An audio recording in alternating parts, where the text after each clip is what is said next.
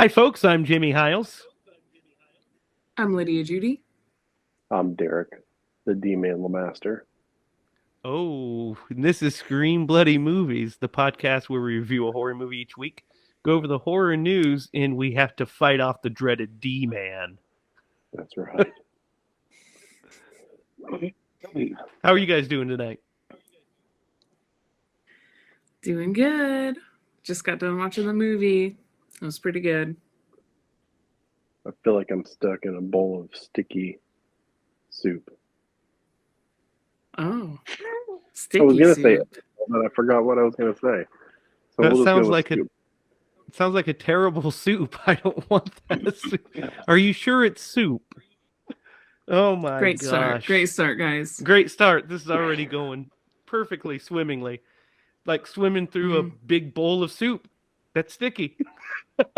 What if you're a tadpole Oh my God. Hey, or resemble yeah. one? So anyway, this is our anatomy class. This is our Anatomy 101. It is the best class. Lily is in here with me, and she's trying to mess around with stuff. So, guys, we have not a lot of horror news. I'm glad that you guys are doing great. I'm doing okay. We have some inclement weather here this evening, so that was a fun trip home. But we made it. We're all here, ready to podcast the ever-loving crap out of this movie tonight. So, let's start this week like we do every week, and let's get on to the horror news.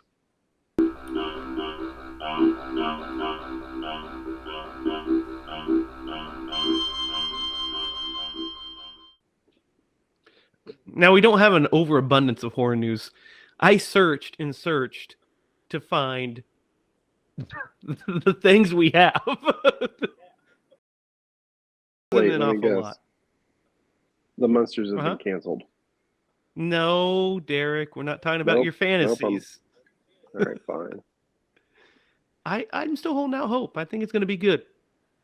It's going to be probably one of the best movies of the year that it comes out. What? You never know. I'm here for you, Rob. I'll support you. Was that a smell check? No, that was me coughing, actually. I know it was. I'm sorry. Good Lord. So, the first up on the agenda is there's a new streaming service called Screambox. You guys know about Screambox? What? No. It No. is a bloody disgusting streaming service. I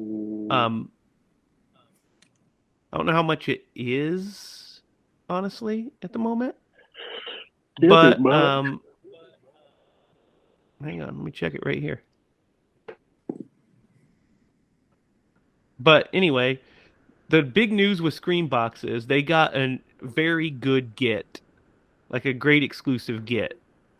And that is all 44 episodes of Nightmare on Elm Street, the series, are HD remastered on Screambox.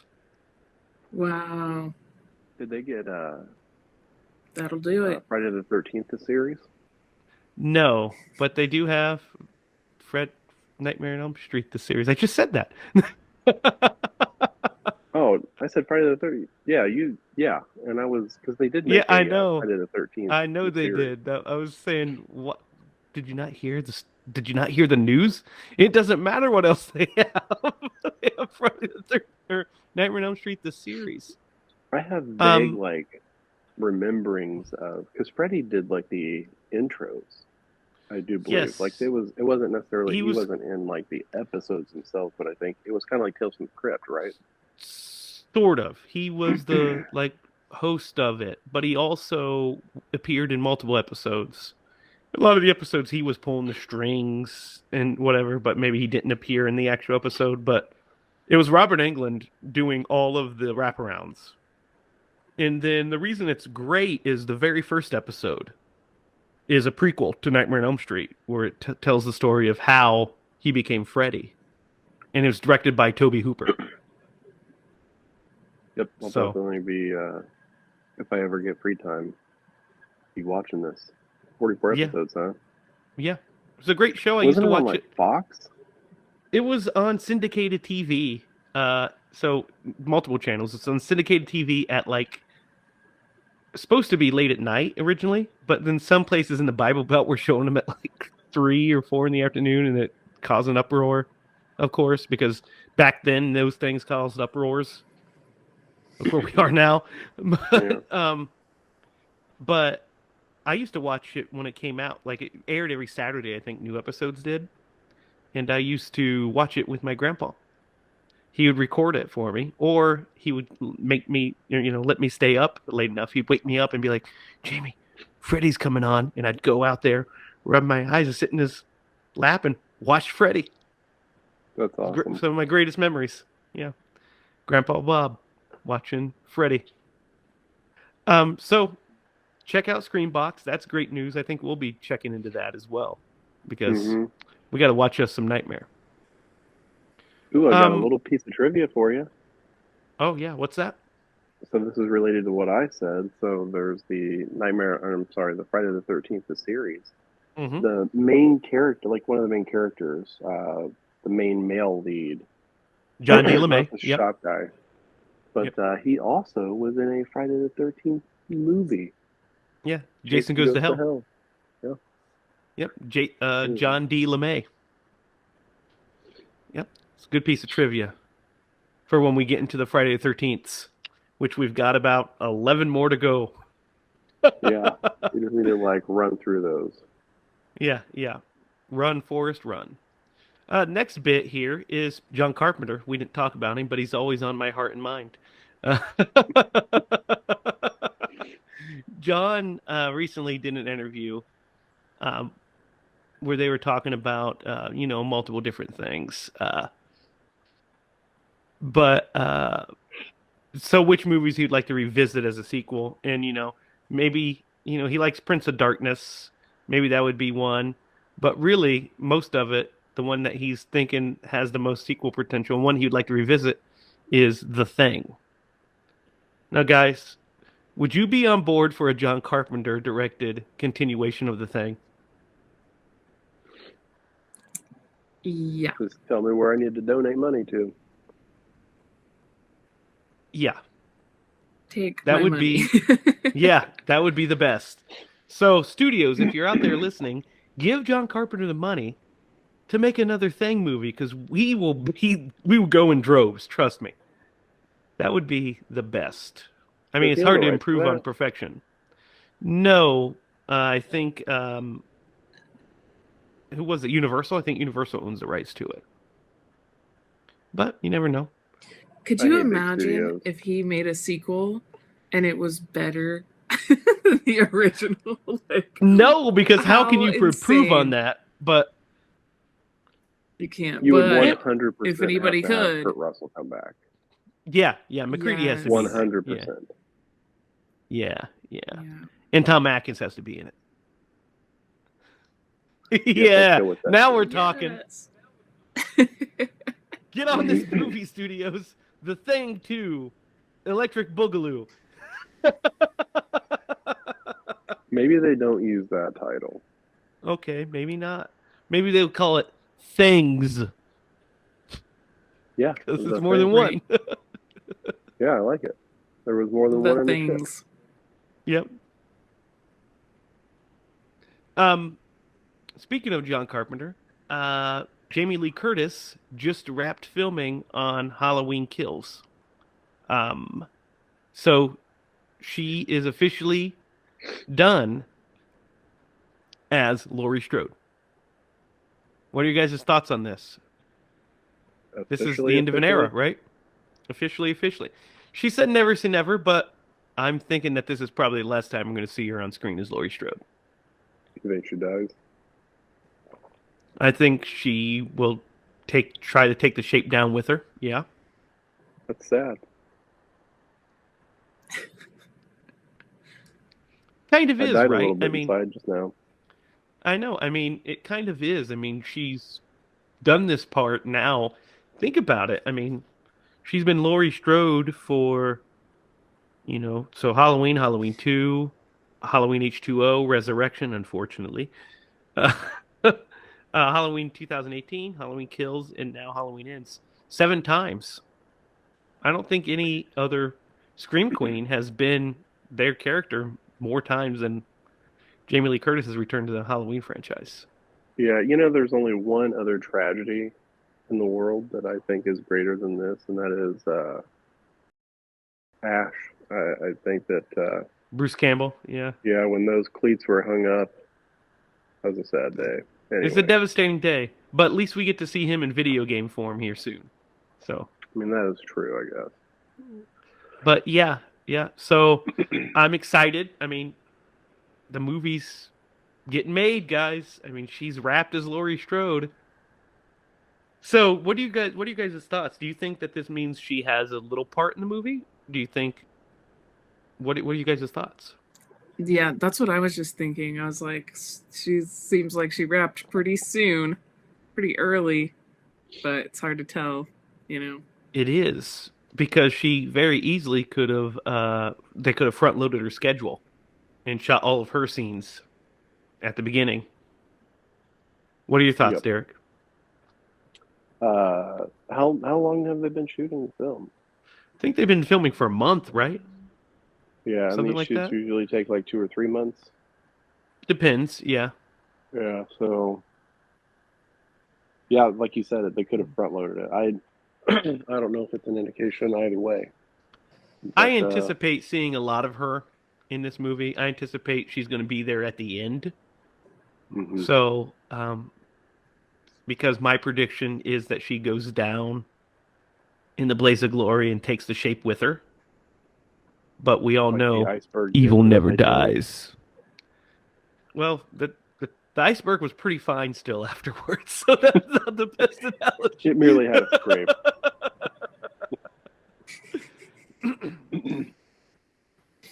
But, we'll see. But Halloween Ends is on its way, guys. And it's the end of an era. End of an era. And then this last bit of news. We got a new addition to our other favorite movie, Renfield. You guys remember Renfield, right? Now. Mm-hmm. Yeah.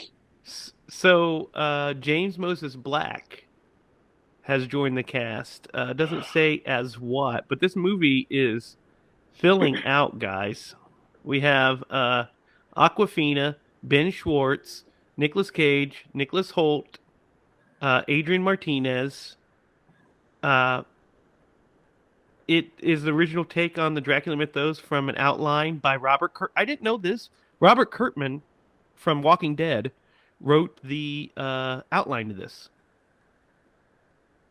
And it's there's a screenplay by Rick and Morty's writer, Ryan Ridley. So now we know exactly what kind of movie we're getting into.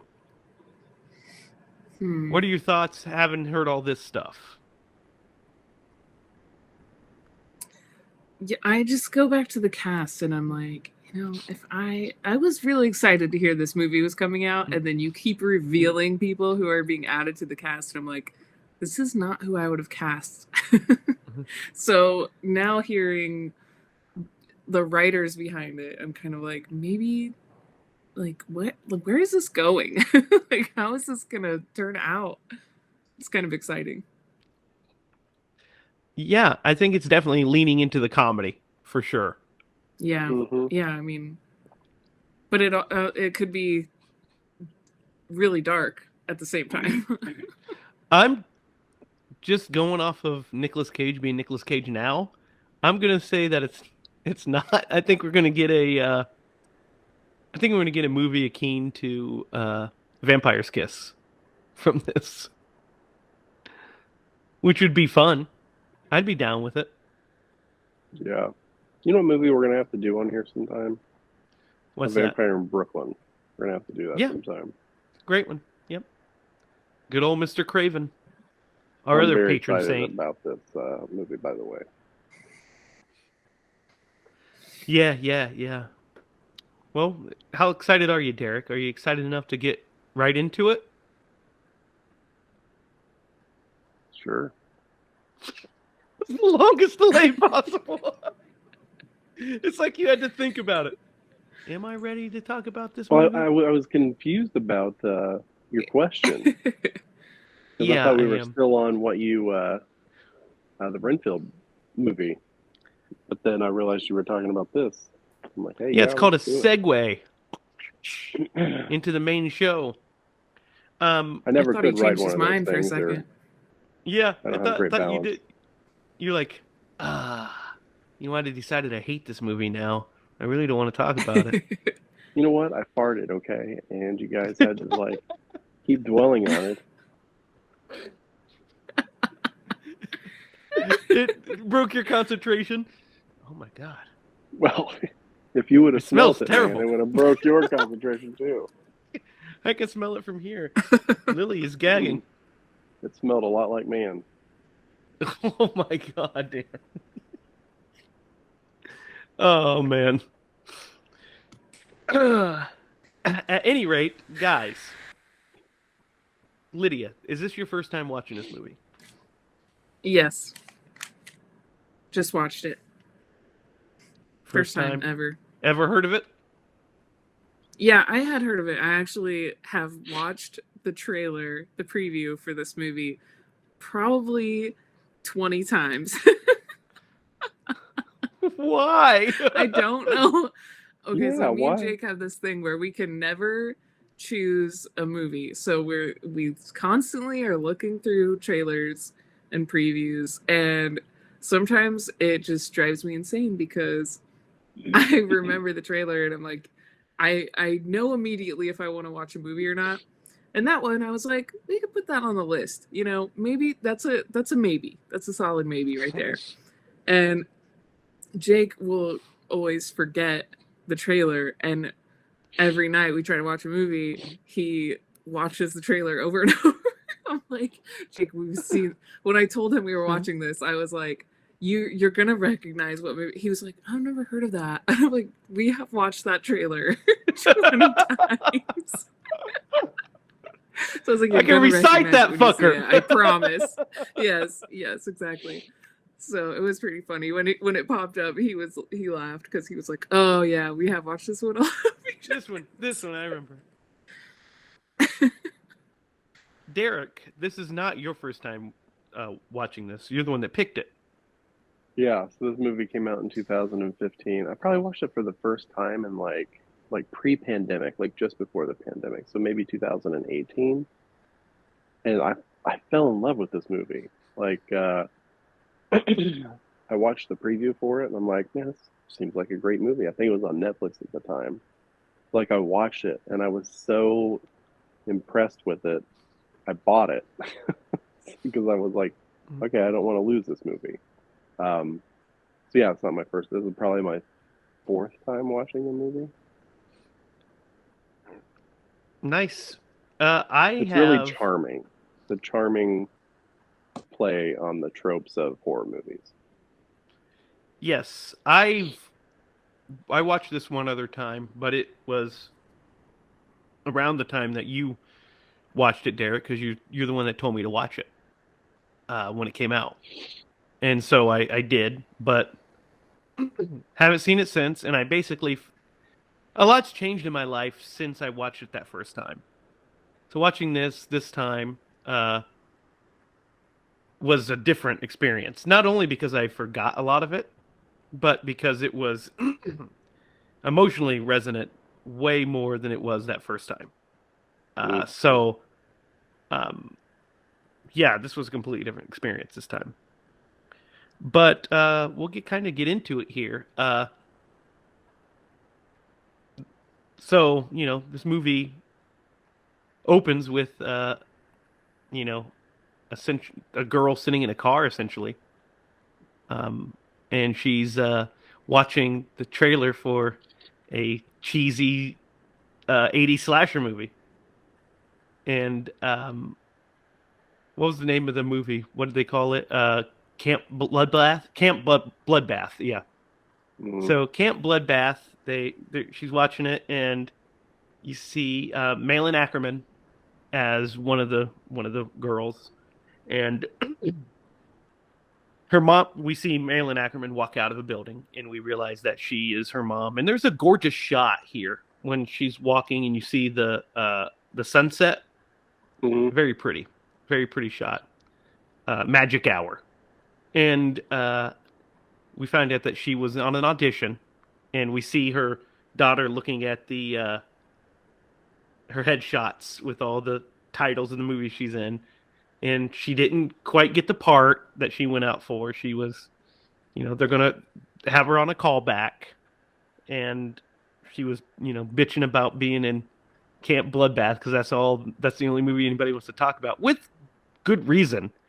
I mean, guys, I would be honored if somebody would come up to me and say, "Hey, were you the guy that did Secret Admirer?" And I'd say, "Yeah, that was a good one, right?" That was me. Yeah, that was me. You like that scene where blank happens? Because it hasn't been released yet, so I can't spoil it. But yeah, it's like, do you like that? Yeah, I would be all about that. Can you imagine being like Joseph Zito, who directed Friday 4, and somebody comes up to you and says, "Yeah, I love Friday 4." I'd say, "Yeah, me too. Great shit." Oh my god. We'd be in. Yeah. And so they have this really cute scene where they're Wait a second. So, let's go back to this movie trailer, because it opens more with the movie trailer portion. Yeah, and then it cuts out, and you see that this girl is phone. watching it on her phone. Yeah, because there's a part in here it's the cheesiest movie trailer. Oh, dude, it's not a good slasher movie. It's not. No, it's definitely one of those knockoff, more bottom barrel ones. Yeah, overacted, awesome piece of art. But there's a part where they're like, they're gonna sing "Kumbaya." They're gonna sing "Kumbaya." No, it was the cheesiest thing. I wrote it down because I was just like, that's so funny. Yeah, it's definitely, that was good.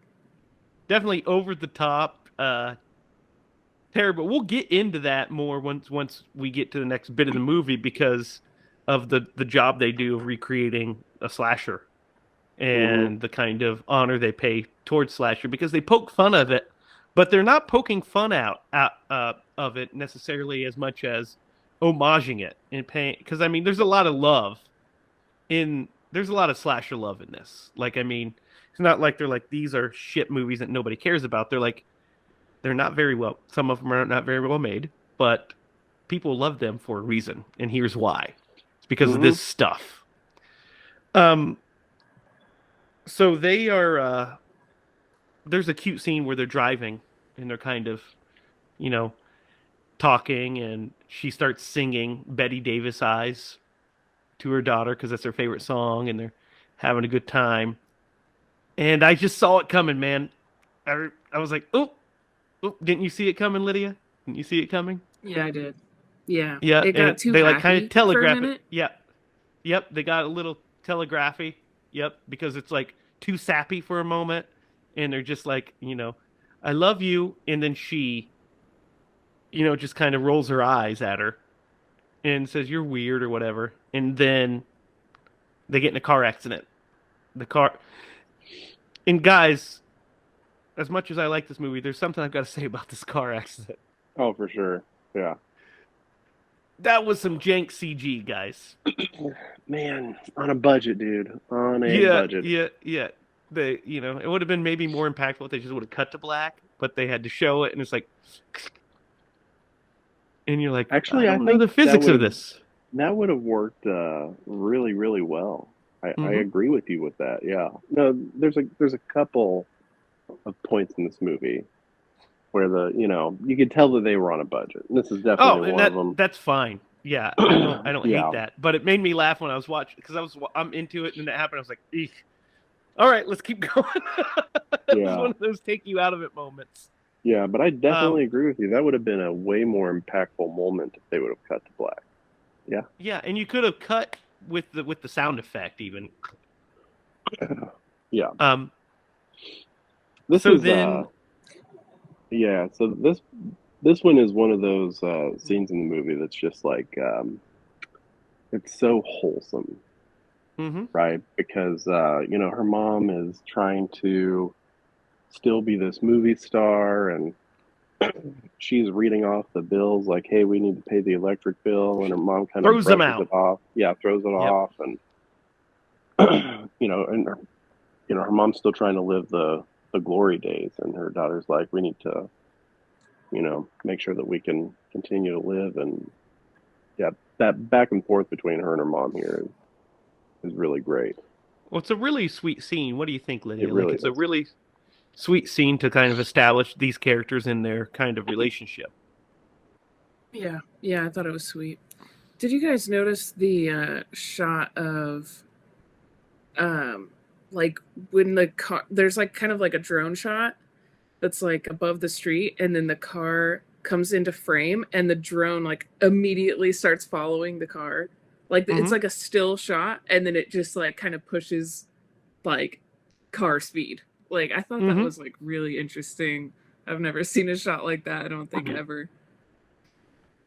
I think Yeah, that kind there's of some. like kind of goes with like there's so many unique shots in this movie and the There style of are. how everything is shot that kind of made me forgive the bad CG of the Oh yeah, car crash. there's some good filmmaking in this movie. Yeah. Hmm. I'm not Mhm. taking anything away from that. I just was it was a thing I noticed when I first, rewatching it this time that it like I said, it's like I watching it the first time because it's been so long, and when that happened I was Hmm. like, "Ooh, forgot about that." Ooh, eek.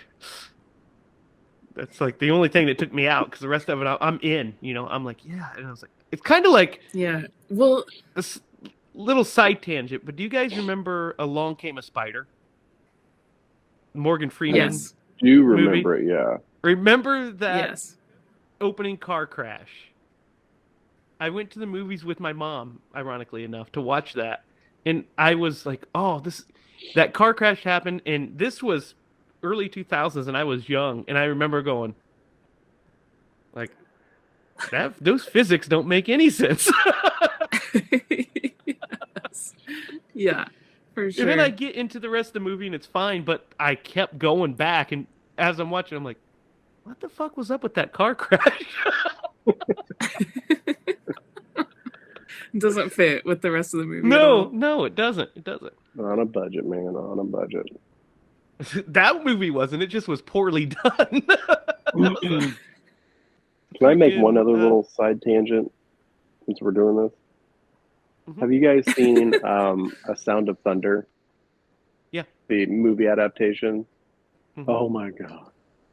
Some of the CG in that movie is just so cringeworthy. You're like, whoa, my God, I can't watch this. It's so bad. Listen, we'll get into some good CG when we eventually do the Lawnmower Man. Wait, but that was done in like 1994. Yeah, yeah, it was. But also, you have to remember, you know what else came out in 1993, don't you? What came out, Lydia? Jurassic 1993, Park. Jurassic Park.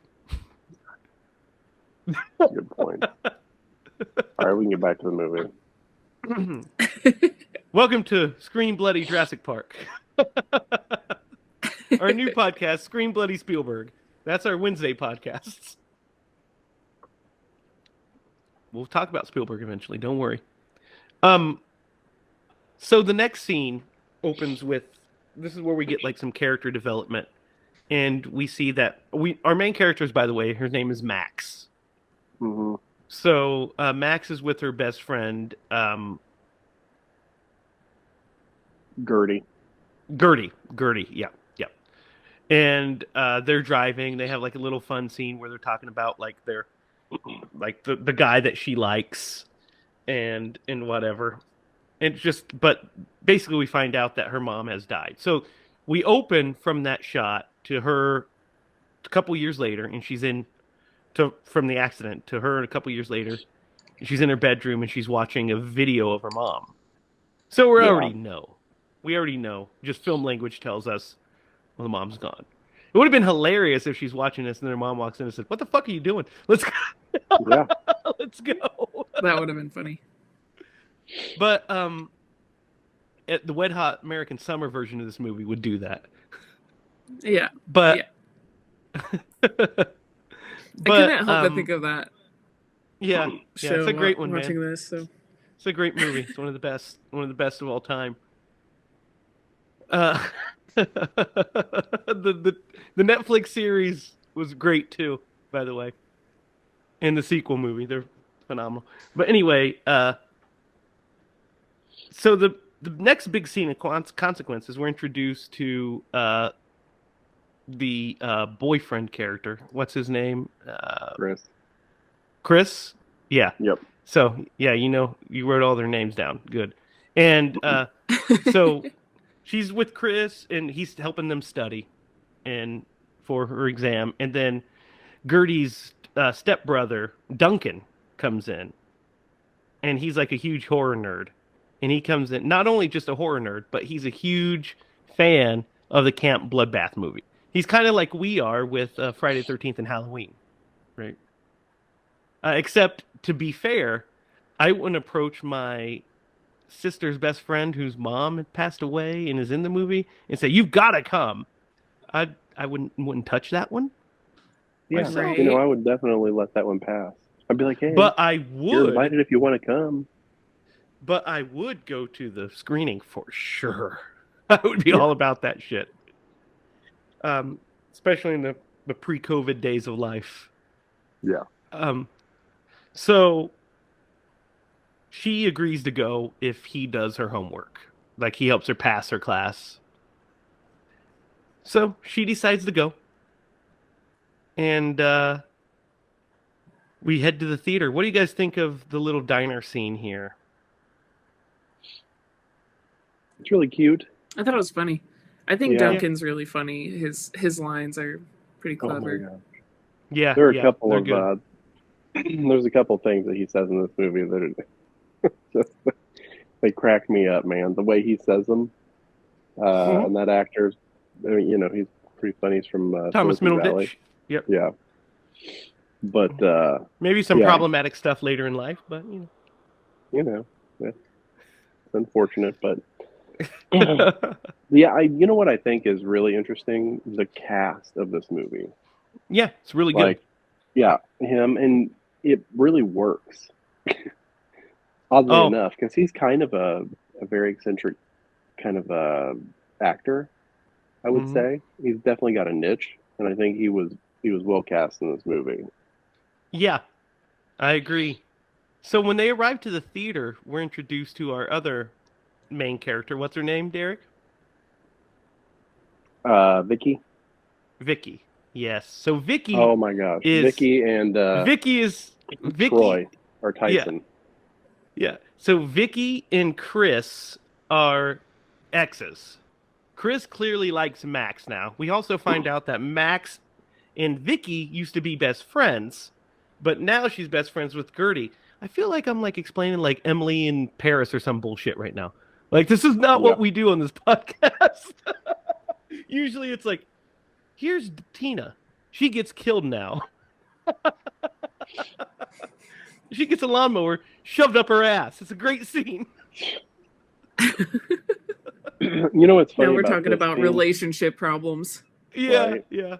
The guy she's in the car with, his name's Tyson, and like, she is trying her hardest to make Chris jealous, and Chris could give a flying crap. No. He's just like, oh, okay, why are you here? It was so obvious and hilarious. The So way cringy she and acted hilarious. that Yeah, scene out. it's great. Yeah. He's like, and the best part is when they arrive in the theater and she says, "Where's Tyson?" He's like, "Terry? Tyson? Oh, I just got sick all of a sudden." He even makes fun of it. Yeah, that spontaneous getting sick. Yeah, it's going around. Getting sick real quick. Mm-hmm. So they start the screening, essentially. And we get to see some of this movie, and it's fucking hilarious. this slasher movie they're watching. This Camp Bloodbath, because Adam Devine's character, what's his character's name? Kurt. Kurt is one of the fucking best terrible characters of all time. And the way he plays him is so hilarious. There's some scene. We'll get to a couple lines I love of him later in the movie. But in this one, I like when he's like, it's a cherry tree because I collect cherries. That's what I'm saying. Like, the cast of this movie is so odd, but it works so well. Oh, dude, it's just too much. He's so great in this as this fucking douchebag, stereotypical jock guy to get killed. Yeah. So we're the movie's. They're watching the movie, and in the scene where we're introduced to Kurt here, he's about to have sex with the character her mom plays, Nancy, and it's the character that her mom plays, and so Max starts to get upset because she's seeing her mom, and she smiled at first when she sees her and stuff, and then it's about to be her death scene, and it's starting to get too much, so she goes to leave. In the meantime, while this is going on, a crazy series of events happens in this theater that ends up catching it on fire. Like, what was so somebody lights a cigarette, somebody's drinking vodka, they spill the vodka, it rolls down, right? Yeah, they drop the bottle, and the bottle rolls down. Yeah, and as it does, it's throwing liquid all over the place. Yeah, so then the lighter, what is it? He drops it, right? The cigarette? I think so. Yeah, the ashes. Yeah, ashes. Yeah, and it catches it on fire. So then it just engulfs the whole theater. So the whole theater is on fire, and everybody's panicking. Max asks Duncan, there's an exit behind the screen, right? So she goes up to the screen and she cuts it at the same time that the killer, what's the killer's name, guys? Billy. So as Billy's making his kill, they cut into the screen and go past it, and we cut, and she wakes up, and it's bright, sunny day, and she realizes they quickly realize that things aren't what they seem. Mm-hmm. So, what do you guys think of this whole theater bit? I thought it was cool, kind of Final Destination like. It's strange that it was like that, like that they were kind of mirroring things that were happening on the screen. Yeah. Mm-hmm. So I don't know. We don't know why they end up getting transported into this movie. We have no explanation for it. It's just one of those magical things that happen, right? And because Sarah asked me that, and she's like, why did they? Because she missed that part. And she came back, and she's like, why are they stuck in a slasher movie? And I said, really don't know.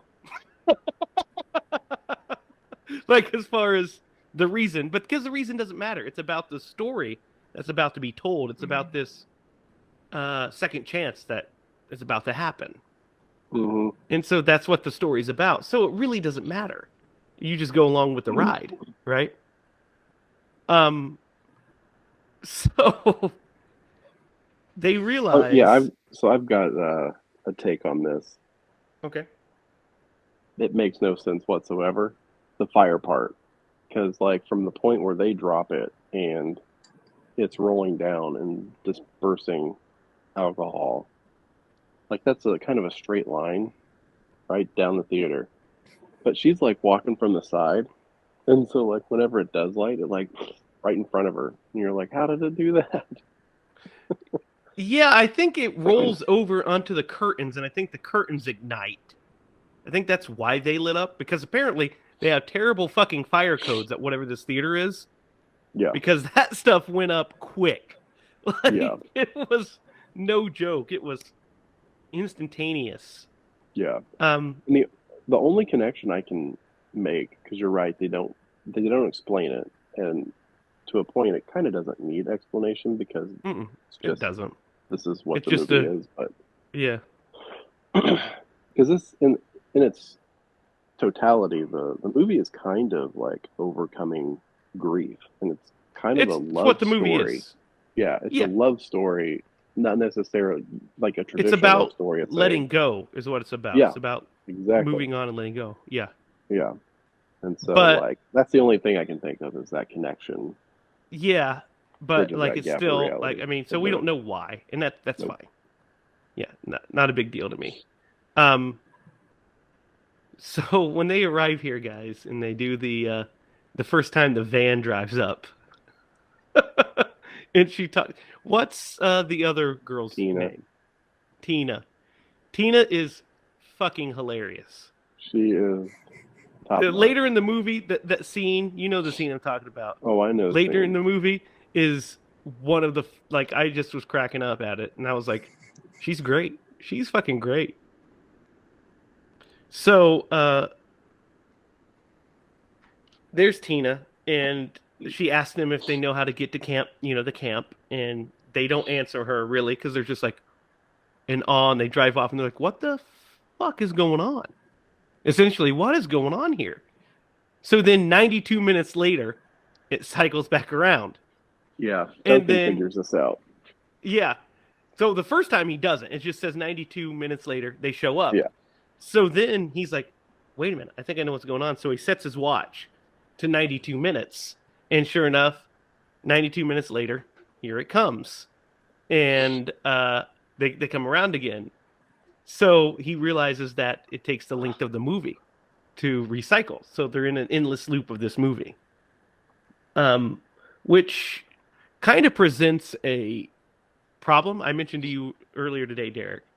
It Mm-hmm. kind of creates a plot Plot hole, hole. which is when things go south later in the movie, before any of them die, when things go south, um, or even after that, when things go south, why don't they just wait out the rest of the 92 minutes for it to restart again and get like a new cycle, a new try, right? It's fine. It doesn't matter. It's not the story they're telling, and that's fine.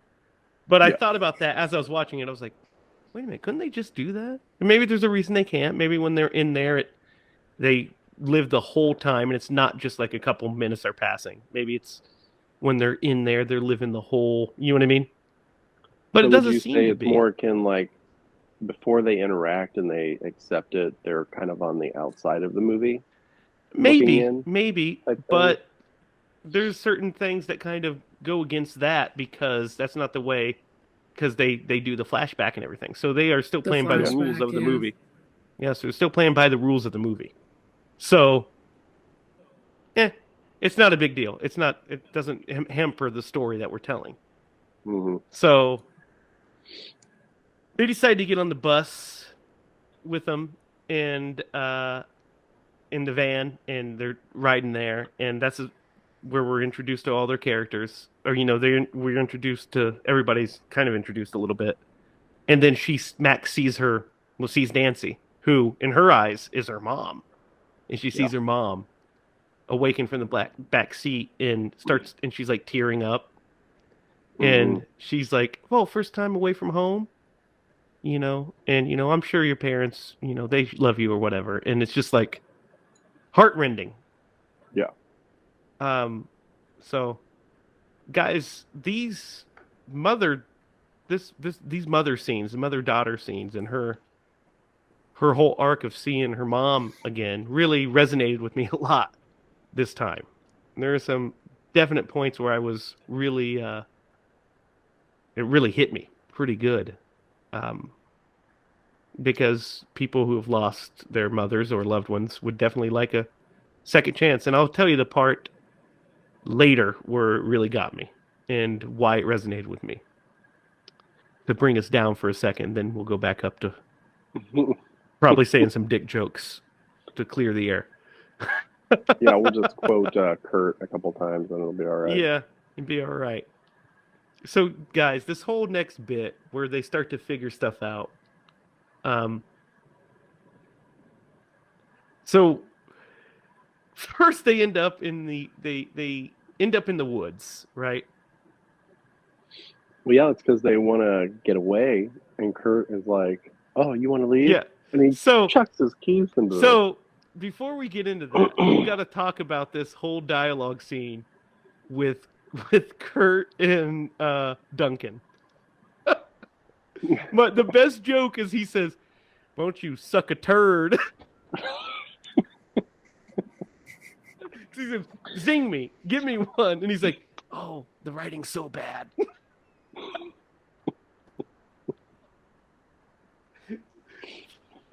Yeah, Did you guys enjoy that as much as I did? Because I loved it. Dude, almost every scene that he is in, in a way, he kind of steals it because his dialogue in this movie is like top notch.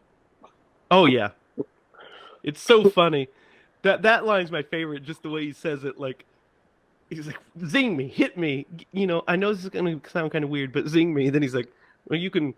Why don't you go suck a turd? And you're like, oh my god, that's the worst possible thing.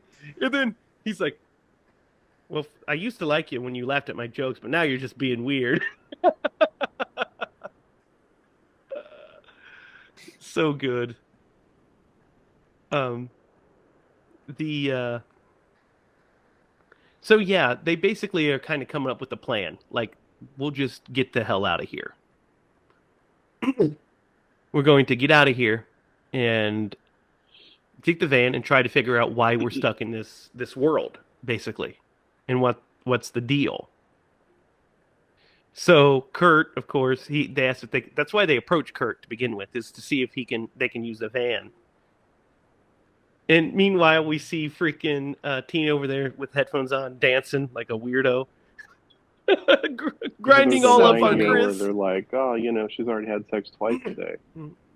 Yeah, yeah. And she's fine. She's totally normal. Yeah.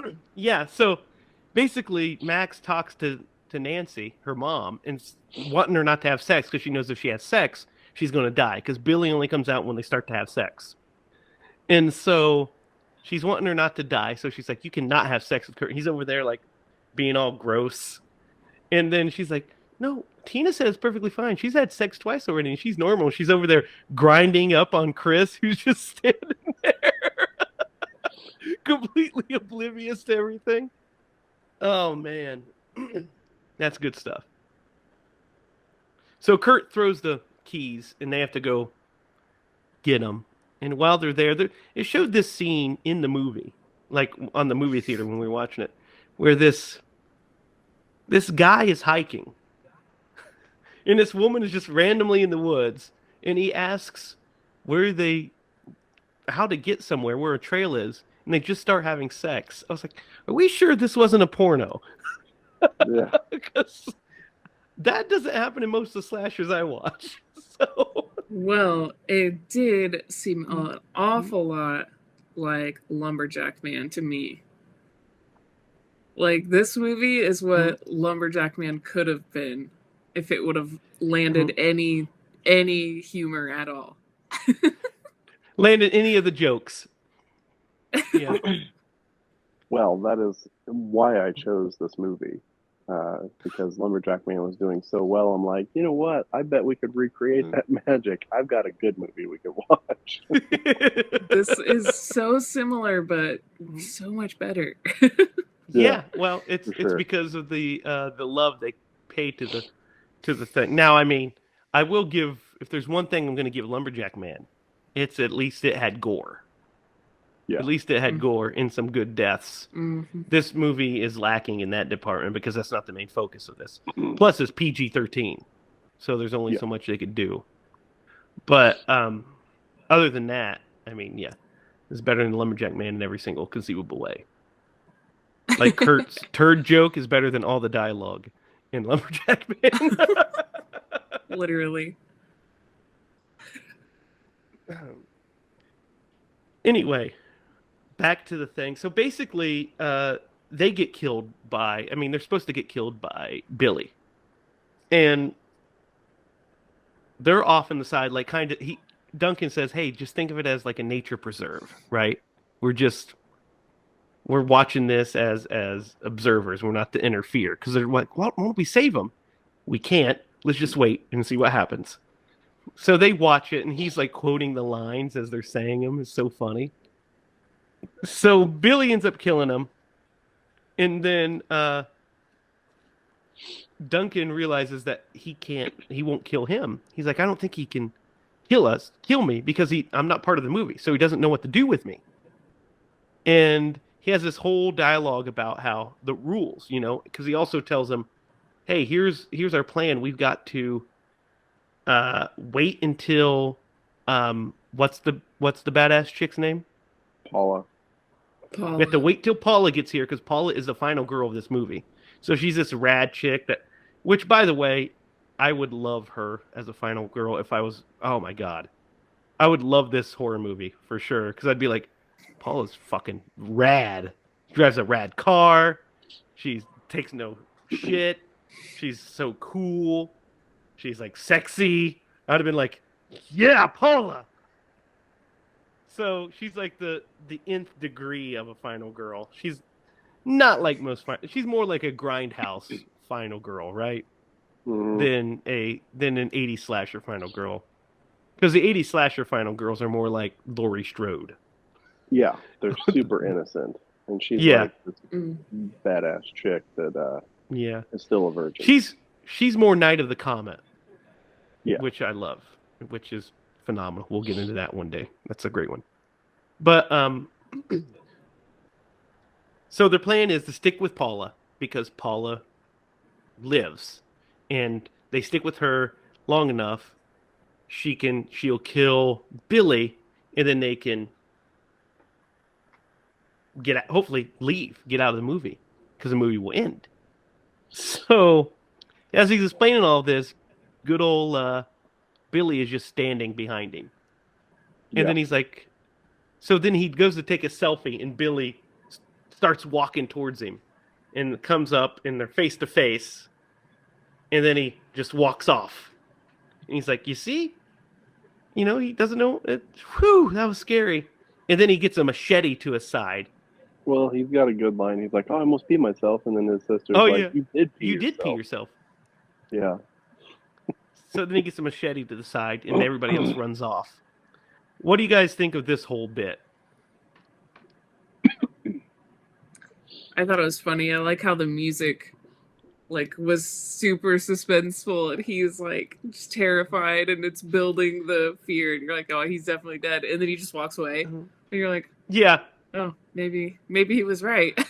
Didn't see that also coming. like how they can hear the music. Mm-hmm. Mm-hmm. So they can hear when he's approaching because they hear. So it starts, and they're like, "What's that?" And he's like, "Oh, Billy's coming." I also felt like this scene Friday the 13th, rip off. Yeah, it's 100%. Oh, 100%. Yeah. So, what I really like about this scene is it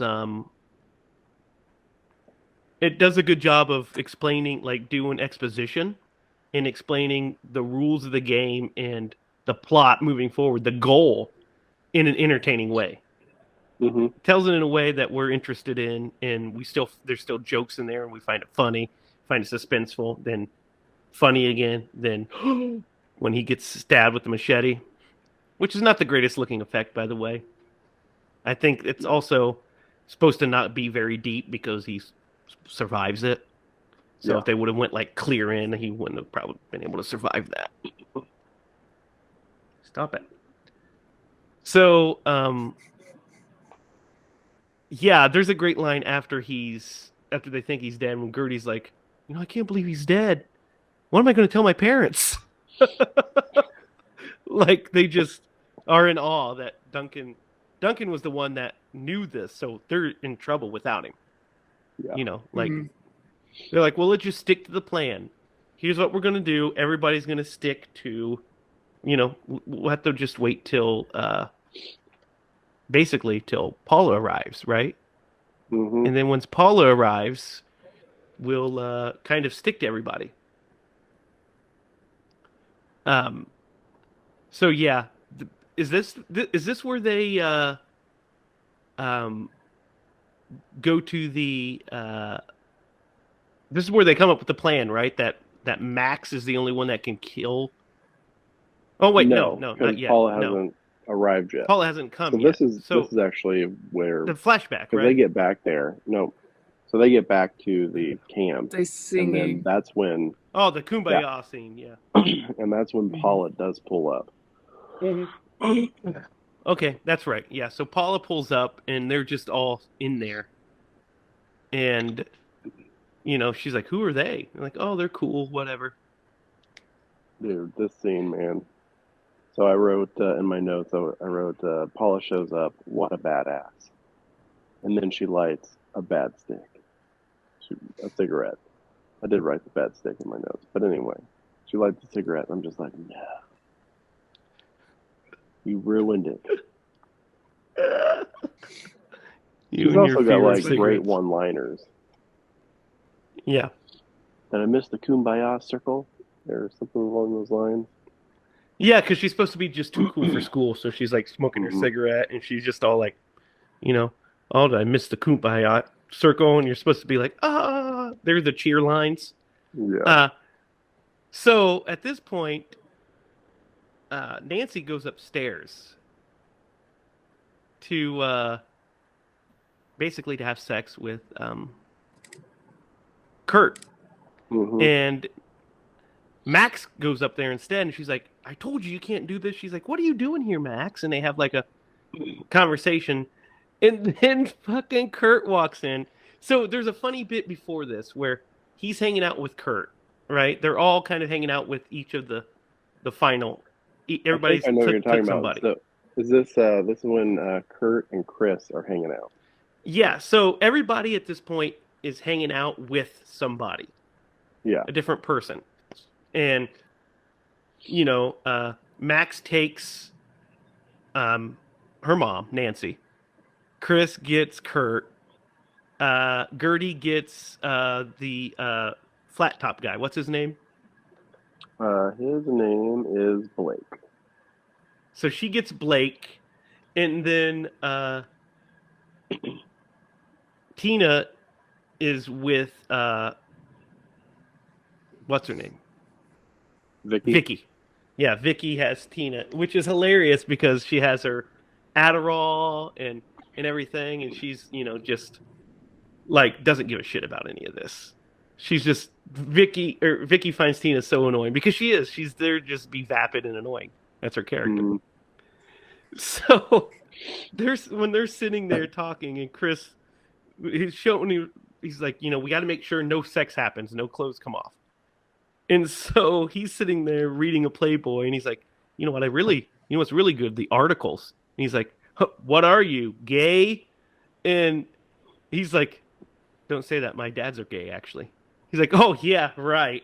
Like, they're gay. He's like, oh, if they were gay, gays can't have kids. If they're gay, they just, have sex with each other all the time and hang out at discos. It's actually a pretty great lifestyle. It's actually a pretty cool lifestyle when you think about it. Yeah. That line killed me. I was like, that was pretty good. That was good. Oh my gosh.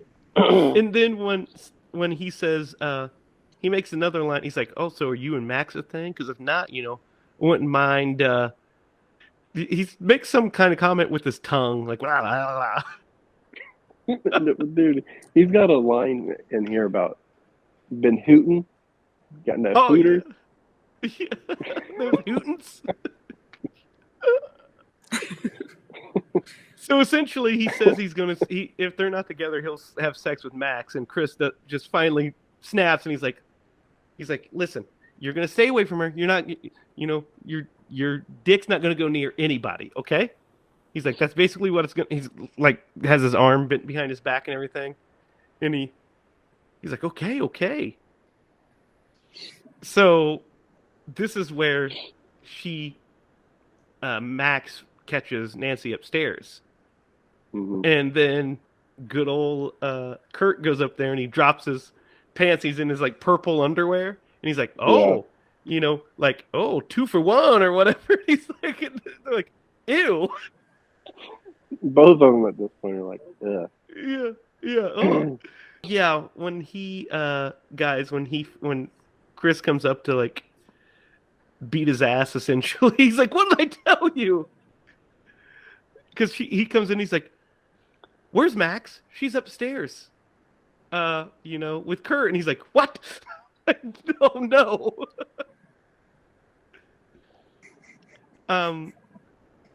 There's a great bit here where Gertie's talking to Blake, and they talk about each other. Like you can see that they're vibing and stuff. Mm-hmm. They kind of like each other too. They're vibing, and she's downstairs, and since they're getting naked, Billy shows up, and she sees Billy out the window, and she screams. Everybody comes down and gathers around, and they're like, "What's going on?" And she's like, "Billy's out. We've got to tell him about Billy," which triggers the flashback. This is so funny. Like, as soon as she says that, it's like the actual cast of the movie turn into robots, and they know exactly where to go, where to sit down to prepare for the story. Yep. Yep. And then I love the transition that they do. It's really interesting, right? Yeah, like the screen is melting, and it's melting away to this flashback, and then you get. And they're like, "What's going on?" Yeah. Yeah. What do you guys think of this? What do you guys think of the flashback itself? Like, Billy's story is actually pretty good. I feel like. Yeah. Pretty solid slasher backstory, don't you feel like? Mm-hmm. Well, I mean, besides the fact that it was like firecrackers, that I feel like that's a little cliche. PG-13, I guess. Hey, you know what? Firecrackers are what creates Victor Crowley, though. So I mean, I wasn't trying to say that firecrackers aren't dangerous. I was just trying to say, like, because he was just in a porta potty, basically. Yeah, it wasn't. They should have like maybe in. caught it. Yeah, they should have maybe caught something on fire or something. They were like, firecrackers went in there, and then they were like, it burned 90% of his body with like 3rd-degree burns, and I was like, wait, what? No, that doesn't happen with firecrackers. That's true. No, unless it catches the house on fire, and then Thomas Crowley tries to save his son and puts a hatchet through his face. Right. Happened. A little different. Yeah. Little different. Yeah, you're right. I agree with that. But I think the setup for it and the motivation is pretty decent. So like when he creates his own mask is kind of very slasher fun. And when he goes and like kills all the counselors while they're asleep, it's kind of actually scary. Mm-hmm. Pretty brutal stuff there. What, he killed 8 of them for every month that he was in the hospital? Yeah. Because firecrackers do that to you. Melt your face right off, man. Yep. So, but what do you guys think of the whole flashback scene as a whole? I thought it was fun. I like how when they are coming out of it, what's her name? Gertie gets blood on her face. And when they come out of the flashback, she still has blood all over her face. Yeah, and so it throws the cast, everybody. Yeah, the cast is totally freaked out. Yeah. No, and that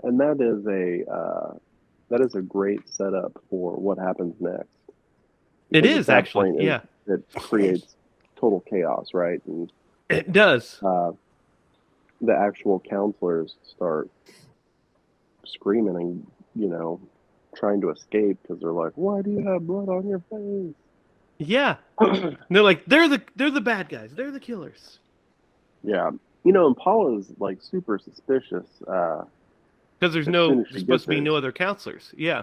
Yeah, and so she and Kurt jump in her Camaro and go to take off to get away, and out comes Duncan. He's like, "Guys, I'm not dead. I'm not dead." And then like she hits him with her Camaro. And Kurt is like freaking out. "Oh, you killed Duncan!" Yeah, the best part is during this, he's like, "Oh my God, you killed Duncan! But if you want to go back to the hotel and just work it out, we can do that."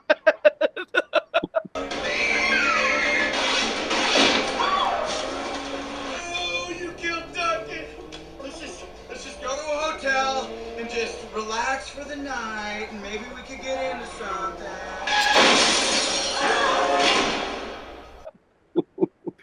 Still trying to get His some lines. to the better end. So then he gets thrown from the windshield and he gets fucked up. Yeah. He gets messed up pretty good. So He gets his like folded up. yeah, all of his limbs break. Mhm. And then Paula ends up crashing into a phone pole and they're like, Paula, don't move, and the whole car explodes. Yeah, So then stay they're right like there. they're like, oh my god, the final girl is dead. Like the final girl is dead. What do we do? You know, what do we do? So what do you guys think of this mayhem scene real fast while we're talking about it? It's great. It's so fun. It is so fun. It's so chaotic. Mm. Were you shocked that Paula dies, or did you see Paula's death coming? Because I kind of saw it coming. Because I knew they would. I was like, well, there's no way they can just follow the final girl of the movie. There's got to be a twist. That's too easy. I would have expected because I've seen this movie a couple of times. Like I knew it was coming, but just kind of thinking through it, you're right. You would expect her to die to set up like this. Which one of these people who aren't native to the movie are going to be the final girl? Right. And there's a point where they all reconvene to like talk about like what just happened and how they're going to survive this now, and they're telling the other counselors like, hey, you guys are in a movie, and now we're all going to we're in big trouble because the Paula was the one who was supposed to kill him. And her mom is like, oh, I mean, I could do it, I'm still a virgin. And then Vicky steps up. Yeah. Yeah, Heartless Vicky's a real lady. a real jerk to her. And basically what says you you wanna can't do say. anything. You're just meant to be the shy girl that has sex and dies. That's all you are. Yeah. And before that, there's a great bit where after they explain that this is all a movie, where he's like, "Oh man, that's crazy." Blake does, and he's like, "So is this what was it that he asks? Am I not real?" Or something like that. Well, he And asks Gertie's like, well, I "Is mean, this still a you're thing?" really- And he's like, "They're like, yeah, that's still a thing." Oh, cool. But New Wave, is New Wave a thing? So New Wave doesn't exist? Like, no, New Wave existed, but you don't because you're. He's like, oh, all right. I'm glad New Wave existed at least. There's a joke about George Michael. Oh yeah, she's like, I don't have to save Nancy. myself for George Michael. Yeah. Yeah. You're like, yeah, it's not a bad idea. Good luck with that, honey. What? Nothing. He was like, "Don't hold your breath," or something. Yeah, that's it. What do you Don't hold mean? your breath. What do you mean? So basically, she ends up pissing off Nancy, who runs off, or she's hurt, so she runs off.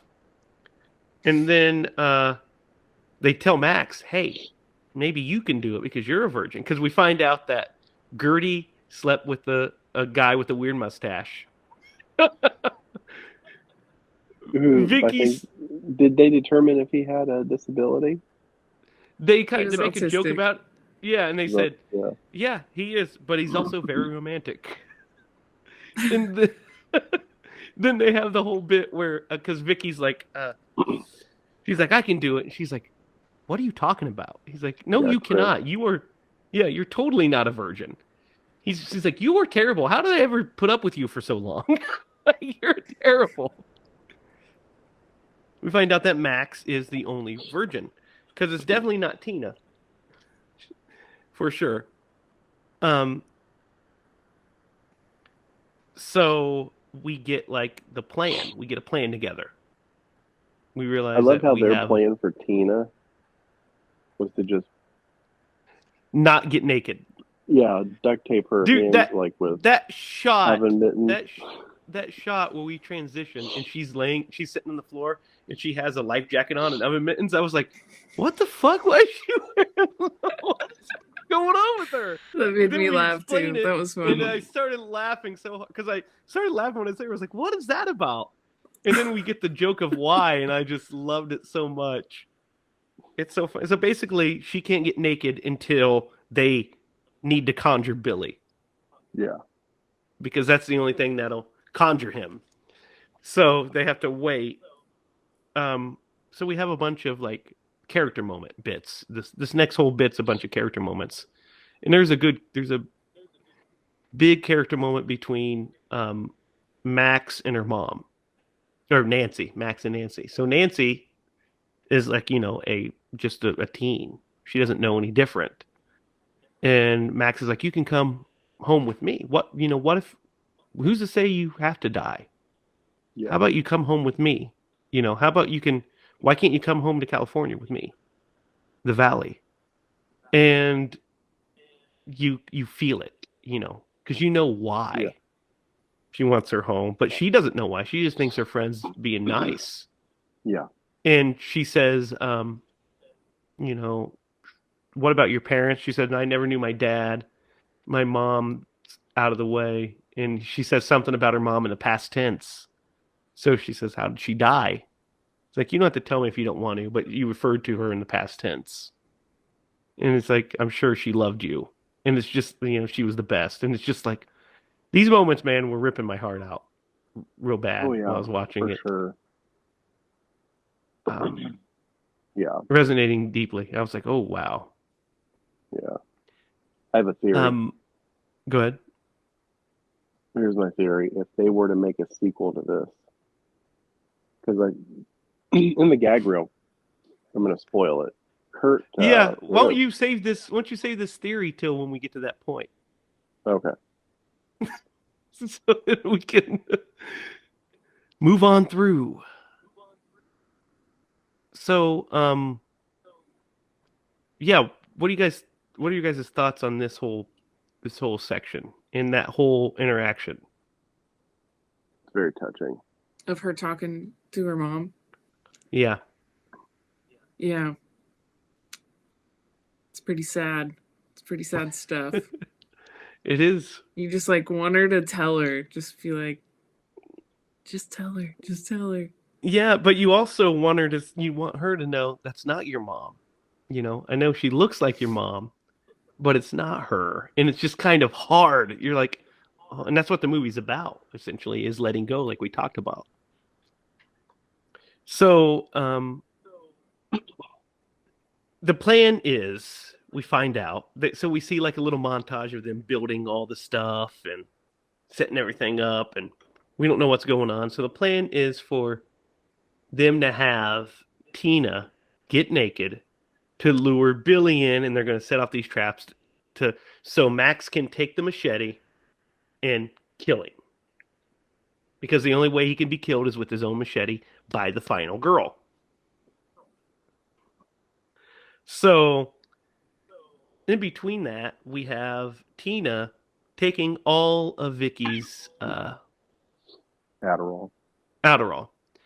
But before this, we have this great moment. I want to touch on this real fast. We have this great moment between all three of the girls, between Vicky, Gertie, and Max, which is very good, where Vicky redeems herself and explains why she's the way she is, that her and Max used to be best friends, and then after her mom passed away, she shut her out. And then she became best friends with Gertie, and that she got super jealous. And which is a very touching scene, and she knows she is probably going to die, and she didn't want to die a villain, essentially. Wanted them to know, and wanted them to know that she cares about them. But there's this great joke in there where she's like, sorry I called you, a porker or whatever, and Gertie says that she's sorry she spread that rumor that she had a disease where she was always on her period.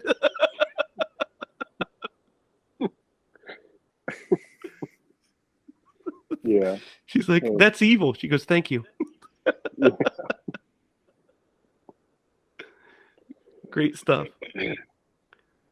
So this Adderall scene, guys, what were your guys' reactions watching this scene. So Tina takes a shitload of Adderall, 30 and of them. it's just too much. What do you guys think? It's exhausting. I was like, I am exhausted watching her. She plays this part so well. I think it's the best acting she in the does. movie. It's best comedic acting in the movie because it's Yeah. so energetic and so funny. Yeah, because she is And like hyper focused on every little thing, that it's also chaotic as well. oh yeah, And I love how they're trying to get her to like, how many of these did you take? And she was like, 3, 10, 30. yeah. Like, well, how many was it? This was my biggest laugh of the movie. I just could not. I loved it so much, and especially this next bit where she goes to lure him, and they start playing "Cherry Pie" by Warrant Yeah. on the record. Loved it. As soon as it kicked in, I was like, "Oh, we're getting some Cherry Pie action," and she's like, very unsexily stripping because she's all like hyped. It's the funniest thing I've ever seen. Like what, pulling her shirt over. Oh my god! Yeah, she's like trying to get the oven mitts off with her teeth. Too much, and so it's playing Cherry Pie, and we see Billy come out of the fog, and we know it's about to be on, and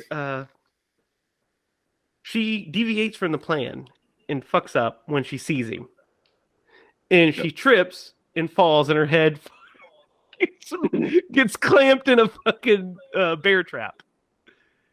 So that's already not good. So then they cut the other thing, or they cut like this big log that comes down, and they shut the door. They slam him onto some antlers. Yep. And it's at this point that Gertie and Blake kiss, because she's like, "Oh, the hell with it," and they kiss. And he goes down to get the machete, and everything just goes sideways, right? Like, this is the bad news bears part of it. Everything goes sideways. He gets sliced up, and then we get this really great kind of oneer shot where we see all of this chaos happening. Like, what do you guys think of this shot? You know what shot I'm talking about. It's kind of dizzying because like the camera is just moving in these crazy ways where it's like different, I don't even know how to describe it. I guess different like points of view of like it's upside down when he's like going to grab the machete, and then it like he gets stabbed, and then it turns back around, and then it turns back upside down to go show another thing, and it just keeps moving like that. It's so disorienting. It is. It's very disorienting. No, it's a cool looking shot. What do you think, Derek? Yeah, I agree. It is very disorienting because you kind of lose your sense of balance of where everything is on the screen. Yeah. Do you think it was maybe we didn't too even much? talk about the shot that's in circles. Oh, where she's like, "Oh, you guys came back. Yay." Yeah. They're like trying to run out of the film, and they just keep coming back around. Oh, that's right. Yeah, that is really funny. Shooting, just spinning. Like the camera is just spinning so fast. That is, yeah. We didn't talk about that. Yeah, I don't know if it was too much. It was disorienting. I definitely agree with that. Was it too much? Maybe. I think there's probably a better way that you could do that without making it so like. No, technically, it was great. It was great technically. Yeah. No, it looks great. I think the thing that makes it the most disorienting is the lens that they used, because it was kind of like fisheye lens, very wide. So it's like you kind of have this like warped perspective, and you're spinning. Yeah. So basically, they run upstairs, and they grab the bow and arrow, and they start shooting him with flaming arrows. and Which do he nothing. follows. Yeah, he's like just attached to him. Well, yeah, Which it's setting it up for. yeah, setting up what happens, what's supposed to happen next. They go in and they have a bucket full of gas above it, and they have Vicky and Gertie are supposed to pull the string to catch him on fire. But unfortunately, the string doesn't work, so he knocks the bookshelf on top of him, and he stabs Gertie through it with the machete. And they're like, you know, no, and they're crying. They're trying to get in. You know, Gertie's laying there, and she looks at Vicky, and Vicky's like, "You guys go, go," because she knows what she needs to do. And she grabs Gertie's hand to comfort her, and she rips the cord. And they jump out, and then we don't get to see the blaze. Rips the cord, and we see like the outside of the window. See that it has caught a blaze. Oh, that's okay, man, because this next scene is like So, beautiful. so then we get this shot of him jumping out. He's on fire. He's jumping out of the window, and it's slow motion. And not only is it slow motion, but they're in slow motion. So we have Nancy, Max, and Chris are all in slow motion. He's like, "What's going on? It's slow motion," and they just can't move. So then they're running from him in slow motion. What do you guys think of this slow motion bit? It's great. I liked it. I thought it was really Yeah, funny. it was really funny. Jake was like, Yeah, "What's happening? What's wrong with this? Something's weird about this." And I was like, "They're in slow motion in the movie." they're stuck in slow motion. Yeah, I was like, "That's pretty great." That's kind of a terrible nightmare to be stuck in, though, to be Yeah, not able yeah. to move your normal speed when Yeah, they're running yeah. from him. Yeah, good stuff. Beautiful shot, though. Yeah, of him jumping out of the flames. And then them running. So, guys, this next bit, they also bring back the flashback. Hmm. So he's like, recite the flashback. So she starts reciting the words to the flashback, and then we drip down, and they try to do it to escape him. But what happens is he gets sucked into the flashback too, and he's standing there, like, all hawking. And guys, it's so funny. The car just comes and obliterates him. And then he like takes out the letters. The letters that are on the ground, yeah, that says the year and stuff. So great. Because there's a bit earlier in the movie where they have to step over the letters as they're walking because they can see the letters, so they're stepping over them. Mhm. So yeah, man, that the flashback bit is funny. So they end up in the flashback, and while they're in it, they see that she can hear her own voice and everything, and she's like, "What's going on?" So they run from him, and then end up at his shack and everything. And they end up repeating the end of the flashback to kind of make him go out of it, and they're hoping that they left him there, but they didn't, and he ends up wounding Chris. So they run to shelter, and it's Chris, Nancy, and Max, and because he's not dying, so they realize that this is where it happens. Nancy realizes that she has to die in order for Max to be the final girl. Mm-hmm. So they have this dialogue, and she tells her that she's her mom. In the real world, you're my mom. She says mom, calls her mom. And as she's... this goes back to the previous conversations they had where she's like, you can be more than, just the shy girl who gets killed, because she opens up and Nancy's like, I wanted to have a kid and like I wanted to have a little girl. And then you get to this point And she's like, you did do all these things. Like, you had a life. This was your name, you know. It was very touching. Yeah. The main Luckily, I watched it alone. part of this that gets me is when after she makes her peace and she's like, I've got to do this. I've got to do this. And she starts to walk away and she tells her she loves her. Yeah. And she turns around and she says, I never got to tell her that. That's what I never got to tell her is I loved her. And boo boy, that destroyed me pretty good. I was like, oh my God. Because we all wish that we could tell people that aren't with us that we love them one last time. But then she reassures her and says, she knew. She knows. Wherever she is, she knows. And it's just, like, wow, okay. Okay, movie, way to hit me in the face with some emotion. That's nice. So very touching, beautiful stuff. And I felt it pretty strongly. And she walks out, and there's this beautiful shot of like the sky as she's walking out, and it starts playing Betty Davis Eyes, the song that they played together. And ooh, man, it just hits all of the emotional notes. It just hits them so hard. And she starts taking off her clothes as she's singing it and everything.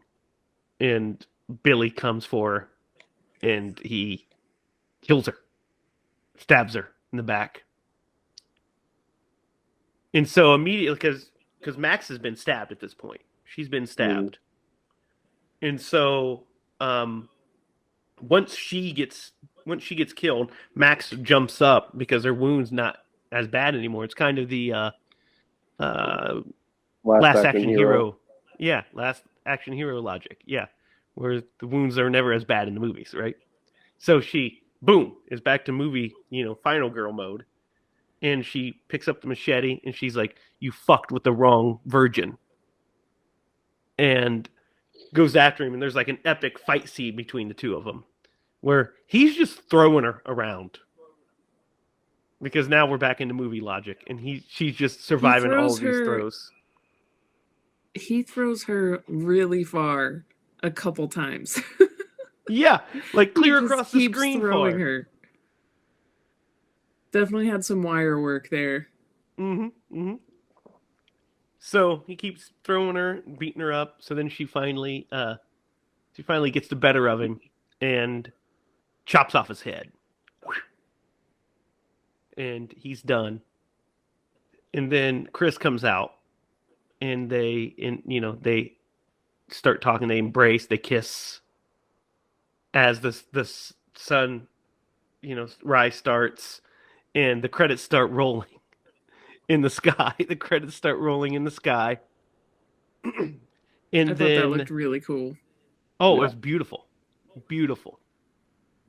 And then they end up on the R-rated screen, where it's the following. The movie you just watched was rated R, and they're like, "What's going on? I think we reached the end of the movie." And then we cut. So what do you guys think of the third act of this? This whole chunk here, before we get to the very end. It's pretty good. It kind of like brings it to where you almost understand because like the whole time you're just trying to figure out like, where is this going? Yeah. Like, is she gonna like take her mom's character out of this movie? Like, what is going on? It's like, I didn't know. I was guessing a couple things here and there, but I was like, I have no idea how this movie is going to end. At one point, I was like, had it in my head that I was like, maybe her dad is the guy who played Billy. And they were going to like meet up and just bring her parents out of the movie. And I was like, no, that didn't happen. So I was just coming up with all these ideas. Like, how are they going to end this? So it was nice to, I was super sad that she like sacrificed herself basically. But yeah, but she tells her basically she's got to you got to let me go. She says, you've got to let me go. And that's the whole point of the movie. That's it. And it's not easy. grief is hard, and grief lasts a long time, and there's no timetable for it, and it's hard to let go, and just that scene's pretty powerful. And then the end is fun when they're fighting. What are your thoughts, Derek? I mean, I feel like you guys touched on it pretty well because, yeah, it's all about closure. It's about closing that book on grief because she's lived with it for a couple of years now, and to be able to not necessarily talk directly to her mom, but like But in a that way, role, yeah. that role defined her mom in a lot of ways. And so it was kind of fitting that she was taken back to that moment, and then that scene that they had together was very touching, and so yeah. And then the fight scene was excellent. I love when he like throws that knife and she like slides under it. Yeah, Matrix it's so style. fun. It gets so goofy, because that's what it needs to be. Because it's all cheesy But that's not even cheesy slasher. That just becomes Matrix style, which was definitely not a thing in the '80s. I can tell you. Yeah, for sure. It was like anime almost. Like yeah. It just went way overboard, and that's what's very funny about it. There's a really funny scene that was with it was Tina. Whenever she and Vicky are talking, and Tina's like, "Oh, what is this?" The phone. She's like, Yeah. She's like, "That's a phone." She was like, "Oh, okay." There's a phone, and there's like in the gag reel, she's like trying to eat the phone. Eat it. Yeah. I love it. I love that. She's like, oh yeah, I'm just on my phone. That's not even plugged into anything. Like, idiot. Great stuff. Yeah. So Max wakes up and she's in the hospital. And she opens her eyes and she sees a curtain. She sees Chris laying beside her. And there's a curtain and she hears voices on the other side of the curtain. And she opens it up and it's all of her friends. And she's like, so what happened? Was it all a dream? And he's like, no, it wasn't a dream. Look, pulls it up and shows that he had been stabbed by the machete, but it wasn't that bad. Apparently the car smashing wasn't too bad either because he's perfectly fine. He's eating some Jello.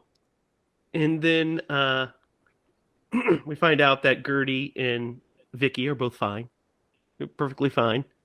And they're like, well, what does it mean? Are we home? Yeah, we're home. They're doing this whole bit about how great it is to be home. And, they don't know what it means. And Gertie tells Duncan that she loves him as a brother. And, even though he's weird and annoying, she still loves him. And then they hear the Billy theme.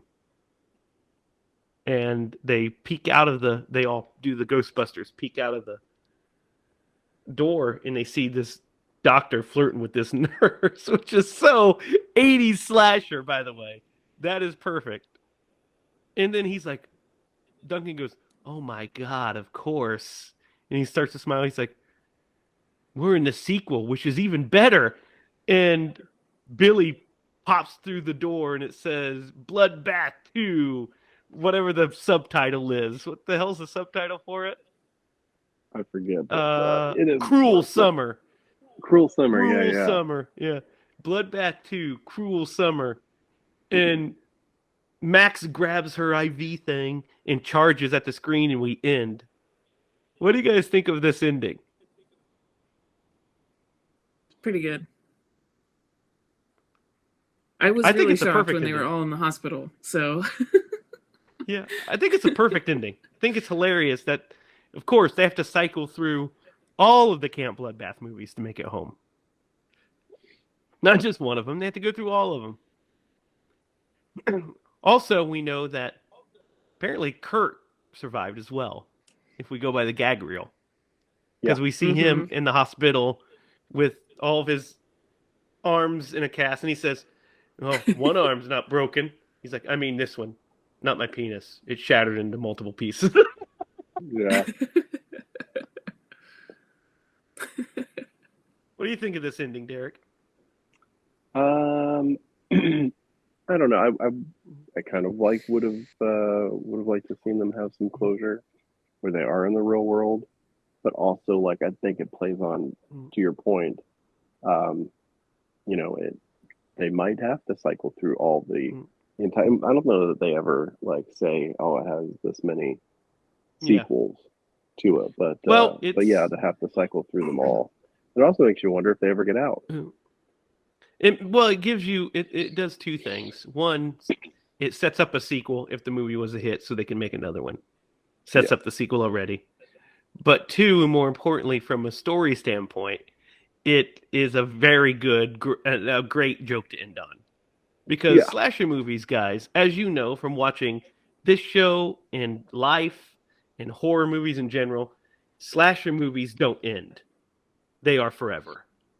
So especially if they make even a Halloween tiny bit of money. Halloween 13 is currently filming. So can you guys believe that? The 13th Halloween movie. So they don't stop. And I love that they don't stop. So of course they have to go through Camp Bloodbath Camp Bloodbath 2 Cruel Summer, which by the way is a fantastic fuck subtitle. It is Like the fantastic. first one So wasn't cruel enough, but this one's cruel. back to the gag reel and the fact that Kurt did survive, although he might be crippled now. Um, Here's my theory. I think he could actually, like that actor, could actually have been her dad. That's my theory. I don't have anything to support it other than the fact that she says she never met her dad and he's like a horn dog in that movie. Well, That's the theory I'm going with. I don't know if she said she's never met him or that he wasn't around.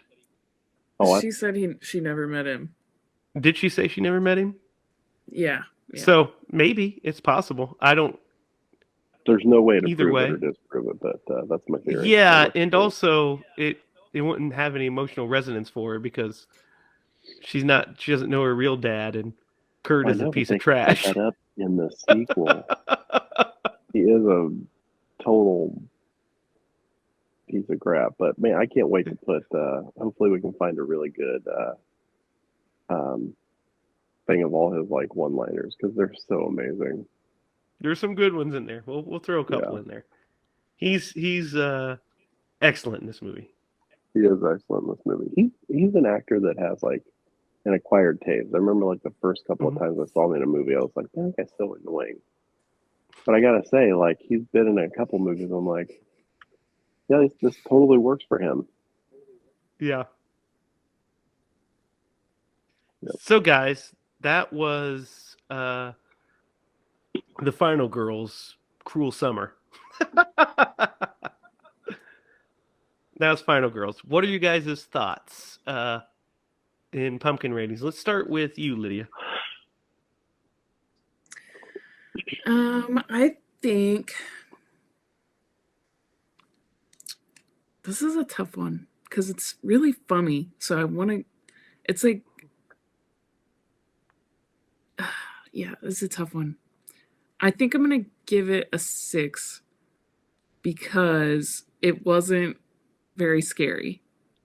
Exactly. It's not a horror movie. Yep. So I do think this is a good movie, and I recommend it.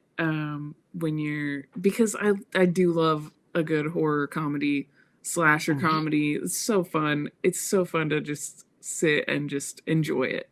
You're not stressed the whole time, So if you're in a mood where you're like trying to lighten your own mood, like watch a slasher comedy. It's always worth it. So unless it's Lumberjack Man, and probably don't watch that. No. But yeah, just watch our. But anyway, so I'm gonna give it a 6 because it's not very scary. There's some moments with some CG. There's some plot holes, but other than that, I had a great time watching it. So, Derek, what are your thoughts? I had a lot of fun watching this movie, and though it is not a true horror movie, the homage that it plays and the way that it treats the tropes of a horror movie, I think it's a lot of fun to watch. going to give this a 7 because its entertaining value to me is pretty good. So I'm going to go with. Yeah, so here's how I broke down when I was thinking about the rating of this.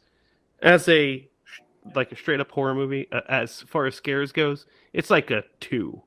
It's not scary at all. It's not meant to be. Mm-hmm. But I do think it is a very a great gateway horror movie, like some of the other ones we talked about. So I think it's a great gateway horror movie. I also think it's a great, like you said, a movie to put you in a good mood, make you feel good. Um, I I love that. But I think as a movie, it's really good. I think it's a great movie. I think it has a lot of emotion. I think it's uh, has beautifully shot. I think it's well made.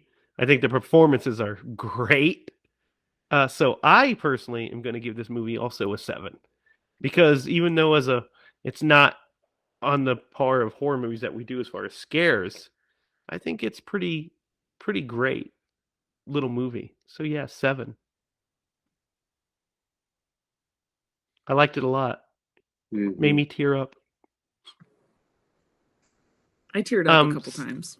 Oh yeah, I did for sure with the mom stuff, and it's coming up on a year since I lost my mom, so it resonated with me a lot this time, and I was like, God dang it, Derek, why'd you have to pick this movie? Come on, like what are you trying to do to me? I thought the same thing when I was watching it. I was like, stupid dusty house. It's a good one. It's a good one. So guys, you know what time it is? It is time to Atkinize the final girl. Thrill me. And it's going to be a tough one. Who would Tom Atkins play in this movie? So, I do know something that would be hilarious. Can I go first? Yeah. Dude, he would be an awesome Paula. Because of the one-liners, man. He would deliver those one-liners like nobody's business. Okay, so all joking aside, who would he... I'm going to go with Chris. Okay, so I think a young Tom Atkins would be hilarious in the role of Kurt. I think that would be amazing because he's all about the chicks anyway. I mean, yeah, he is. The dialogue, I think, would have to be different. Too smooth. It would have been a different character for sure. But I don't think anybody can play a character similar to what is his name who plays him? Adam Devine. Yeah. I don't think anybody can play a character like he can. I think that's just him. No, like that is him just as a person. Yeah. Yes, exactly. So I mean, anybody in that character wouldn't have been the same. I think you could actually put him in the flashback as one of the bullies in the flashback, because there's not really any like other characters besides our main. It would be funny to see him as like the horror fan. That'd be pretty funny. Because it's something that you never do, and it would be great. Oh yeah, he would be the guy. He would be the guy in the theater with the cigarette. Oh, duh! There he is. There's his role. And he would also be the one with the alcohol. So we'd cut 2 roles. Same Guy. Yes, perfect. As he's watching, this is a piece of shit. Figured it out. We knew we'd fit him in. Where's my beer? Oh shit! I dropped it. But what the movie I want to see is while they're all in the movie being stuck in the final girls, I want to see Tom Atkins saving everybody from that theater fire. Right. Because after he causes it, he just kicks down the door and saves everybody. And the police come in. They're like, "How did this happen?" And he'll say, "Thrill me," and walk off. And they're like, "What the fuck who was that guy?" And then he'll meet up with the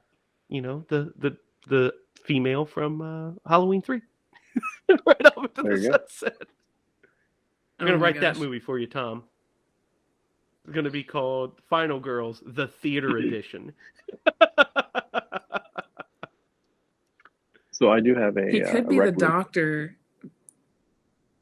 That's hitting on the girl at Yeah. the end. Oh, In the he sequel. would be perfect for that. That would be perfect. Yeah, because then if we made a sequel, he could be a big character. Yeah, Yeah. That's who he's gonna be. Good thinking, Lydia. you cracked Smart it. thinking. Crack the Thanks, code. guys. What were you gonna say, Derek? So if you're ever in the mood for a romantic comedy and you haven't seen it yet, so he does, meaning just Adam Devine. He is in a romantic comedy called When We First Met. It is also quite a charming little movie. Yeah, it's a good if movie. you Yeah. get a chance to watch it. Yeah, if you're into our new podcast, Scream Bloody Romantic Comedies. Hey, we're all about entertainment here. So, guys, now that we've rated the movie, now that we've agonized the movie, it's time for me to pick next week's movie. And I've been giving this a lot of thought. And I've went back and forth a bunch of times with what I want to watch. And There's so many choices. there are so many choices. But after watching this movie, I was like, you know what? This is a really fun movie, but it's time to get into a real deal slasher. So we saw the funny version of it. Now let's see the real deal as we get into 1981's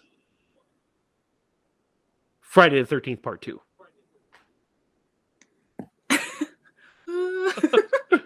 So we're going to do Steve Miner's sequel to Friday the 13th.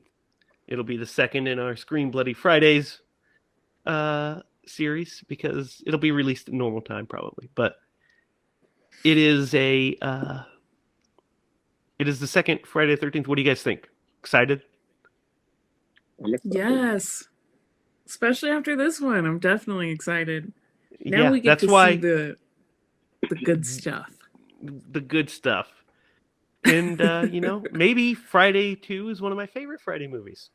You don't know. It is. So we'll see how much I like it next week. Anything else you guys want to add?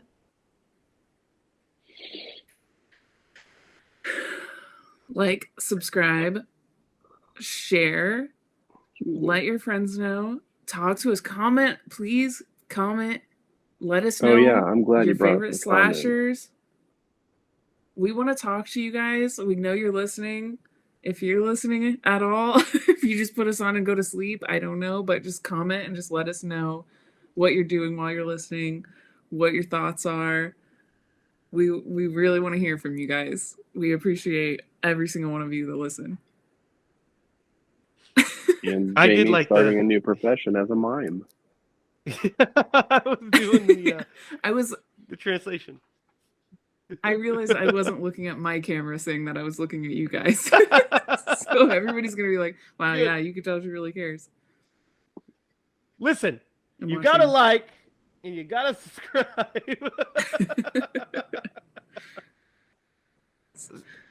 You can follow Lydia on Twitter at Lydia is Spooky. You can follow Derek on Twitter at DDogLeeMaster. Follow me on Twitter at Racket. You can find us on Facebook at Hyla Productions. You can find us online at hylaproductions.com where we have all of the episodes and shorts in one spot. You can find us on Instagram at Scream Bloody Movies. Like Lydia pleaded with you, like, share, subscribe. Let's grow this thing. And I hope you all have a great rest of your day. If there's nothing else for Derek Lemaster and Lydia Judy, I am Jamie Hiles. And remember, folks, if you're going to scream, Scream bloody movies.